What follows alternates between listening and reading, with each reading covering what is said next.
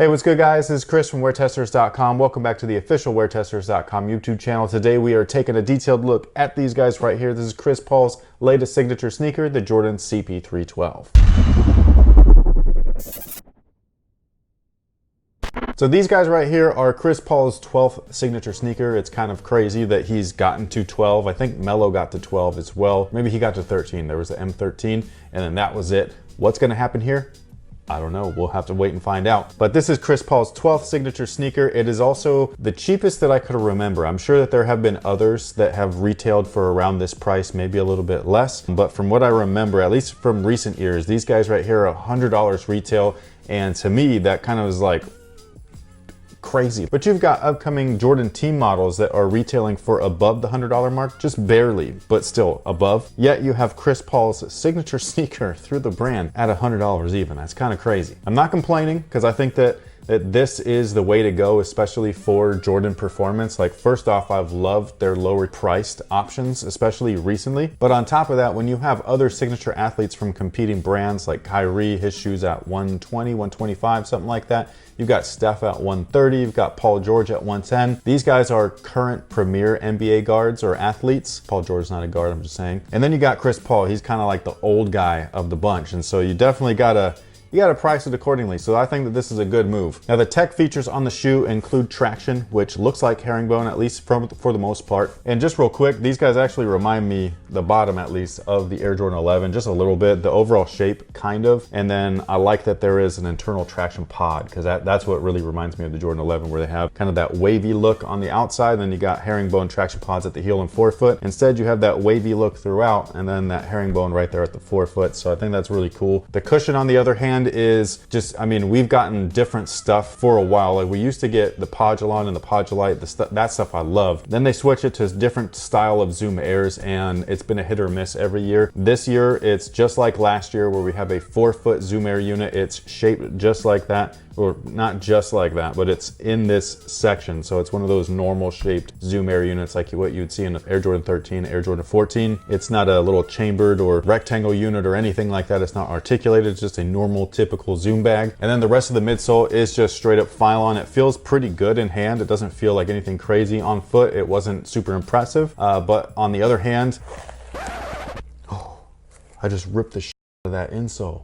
Yeah, you did. But what I was going to say before I that one up is that they packed this guy in with this super fluffy, thick Ortholite insole, and so that kind of like offsets that step in or try on feel that you normally get. So if you go into a store, you see this on shelf, you think for whatever reason those look cool, you want to try them on. I'm not bashing the shoe, by the way. I'm just saying, like, for whatever reason, everybody's preferences are different. So for whatever reason you like these visually, you try them on, you're like, man, those are hella fluffy. It's from the insole, it's not from the midsole. The midsole though does feel good. We'll just have to wait and see exactly how good they do feel long term once we start testing them. Now, another thing that is impressive on the shoe is the materials. These guys are pretty much all Flyknit, and for $100, I mean, dude, that's pretty awesome. Knits are a hit or miss. We've known this for a while since knits have, come out. You have certain shoes like the Air Jordan 29 that just do a really bang up job with a knit, and you have shoes like the KD11 and they kind of flopped a little bit on it. But these guys feel closer to the Air Jordan 29 than any other knit that we have currently on the market, which I like. So this guy right here has a lot of stuff going on with it. With the upper itself, there's a lot of textures within the knit or the woven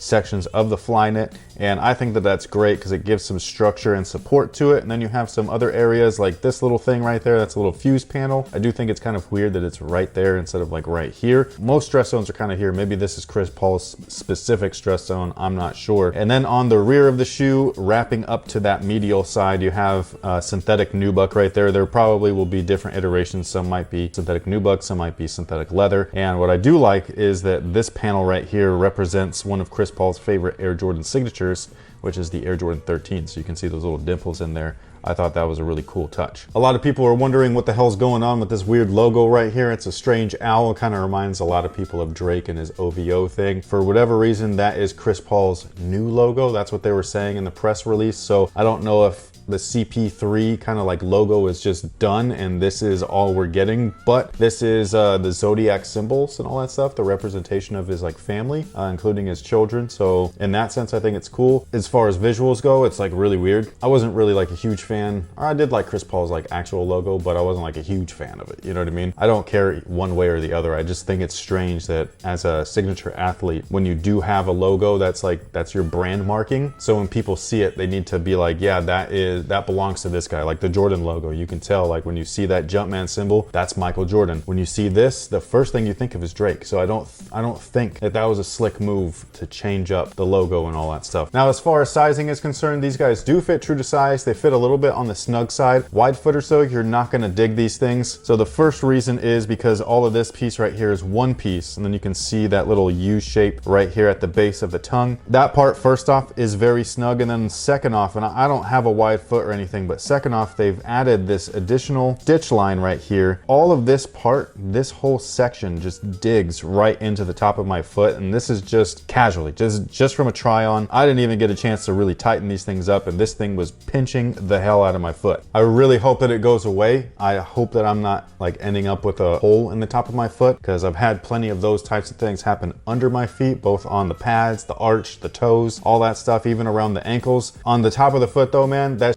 sucks. I had that one time. That was with the Curry 4s, and it's just not a good, like, I don't like those types of injuries, or I wouldn't even call it an injury, but I don't like those types of wounds. You shouldn't have to bleed your own blood. Nobody makes me bleed my own blood. To test out a shoe. Shout out to Ben Stiller. That guy's awesome. Is dodgeball a thing? Like, is that like an American cult classic? Yes. Do we throw in too many movie references or not enough? I think it's not enough. I think it's tastefully done. I agree. I would like a little bit more sprinkled in, but it doesn't always fit. So that takes care of it for these guys. Quick look, a real quick breakdown, all that stuff. The tech specs, not anything mind-blowing, but for the price, it's actually not that bad, especially overall materials. The way that the outsole feels pretty durable. I'm definitely surprised on that end. I just hope that that one spot right there just doesn't kill me. If it starts messing with me to the point to where I feel like it's gonna dig a hole in my foot, I probably will never put these on again. So cross your fingers that there's an actual performance review on these guys, because I'm getting too old to deal with that kind of that should have been caught in wear testing, I'm just saying. So thank you so much for watching. Thanks for all your support. Let us know what you guys think about these down below in the comment section. And until next time, guys, have a good one. I have a question about how these guys' contracts work. So like Melo seems to be grandfathered in where he doesn't get a signature shoe anymore. He had to re-sign a contract. Oh, he did? Yeah, he re-signed with Jordan Brand. That was something that we weren't sure if he would or if he would even be offered. But he did re-sign with the brand. We personally don't know what the details are. All we know is that that does not include signature shoe releases anymore. But he's had the Melo 2s drop. Right, he has like collabs almost where it's like... It's not collab, it's more of a PE. So like the 19s had his insole with his name on it. Then he had those 20s with the Flyknit and the patches. So there's 3 shoes since his re-up. I don't know what that means. Like, I don't know if he gets a lump sum. All of these footwear contracts are like crazy. Like if you were to look at not just Jordan Brands, Nikes I think are the most interesting. And it's for the sole purpose that they have so many different styles of contracts. And it's not just Nike, like this goes for every brand, whether it's an and one, like as small as an and one or as large as a Nike or an Adidas or an Anta, where some of the brand deals are just brand deals. They're signed to the brand, but you don't really get money. You get like shoe credit. You get stipend, yes. And then there will be like little things like if you make the All-Star, this is your bonus, whether it be a signature shoe or maybe a PE. Or like literally like you can think of anything, and like there are so many different, like if you guys make the playoffs, you get a bonus. If you make the finals, you get another bonus. And sometimes that'll be lump sums of money, sometimes that will be product. It could be a lot of different things. And so with Melo's particular deal, and maybe even Chris Paul's, I think Chris Paul's still on his whatever his first deal is. Well, that's why I brought up Melo, because Melo used to be big and now he's not. And well, he's not even like in the league anymore, which is sad. Chris Paul used to be one of the young guys, one of the big guys, and now it's kind of like, well, here's the shoe. There was no like lead up to it. It just released. Yes, I don't want to say to his defense, but to his defense, there was never really a lot of people that interested. Oh, really? In Chris Paul's shoe, yes.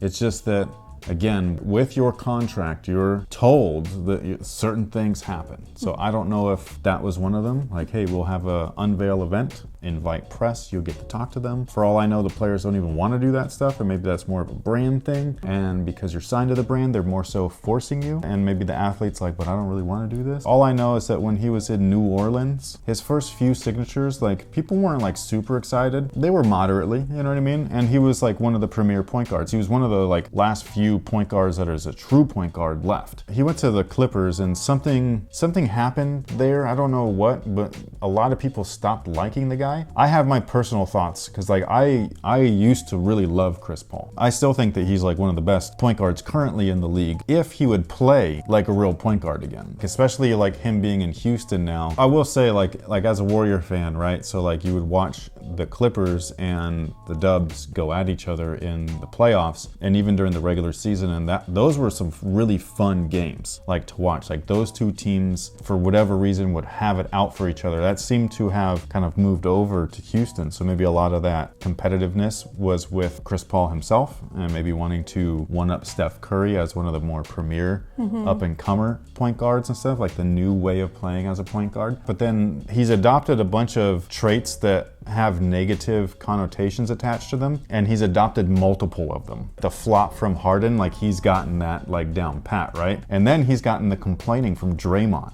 that whining, just stop, just play the game, right? Some fans just really don't like seeing from any player, let alone all of those things in one player. And then his attitude on top of that hasn't been the best recently. It's one of those things where like I put Chris Paul a long time ago way up here. Like there was at one point like Steve Nash, Chris Paul, Allen Iverson, like those were the guards. I've noticed that. It seems like it's really hard to be, I don't know if I should use the word all-star, but a top player that people love their entire career. Because it seems like there's a lot of guys who will come up and they'll get big, and we all like, as fast as we put them on our shoulders, like we quickly take them down. That's with anything though. If an actor is so big, a Tom Cruise, and he does something stupid like jumps on the couch and starts talking about how much he loves somebody, like your perception just changed. It's the same thing with these athletes. It's the same thing with media. It could be with a YouTuber. You see this with YouTubers all the time. Oh man, my daughter just made me watch some. We don't even want to talk about it because it's just some, I think it's just some dumb stuff, but the world of YouTube is real weird. People will be put here, then all of a sudden just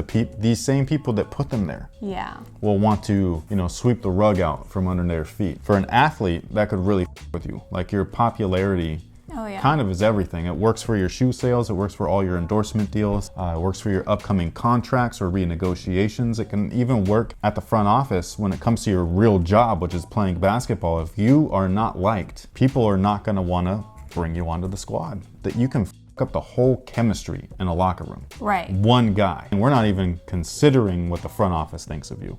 And so it's just like, it's one of those things, man. And I don't want to say that Chris Paul has fallen from grace, because I do think that he's still a great point guard. Like this was one of the few seasons where he wasn't injured in the postseason. So we finally got to see him actually do stuff. And he still got it, man. Like he still can shoot. He can still penetrate. He can still pass with the best of them.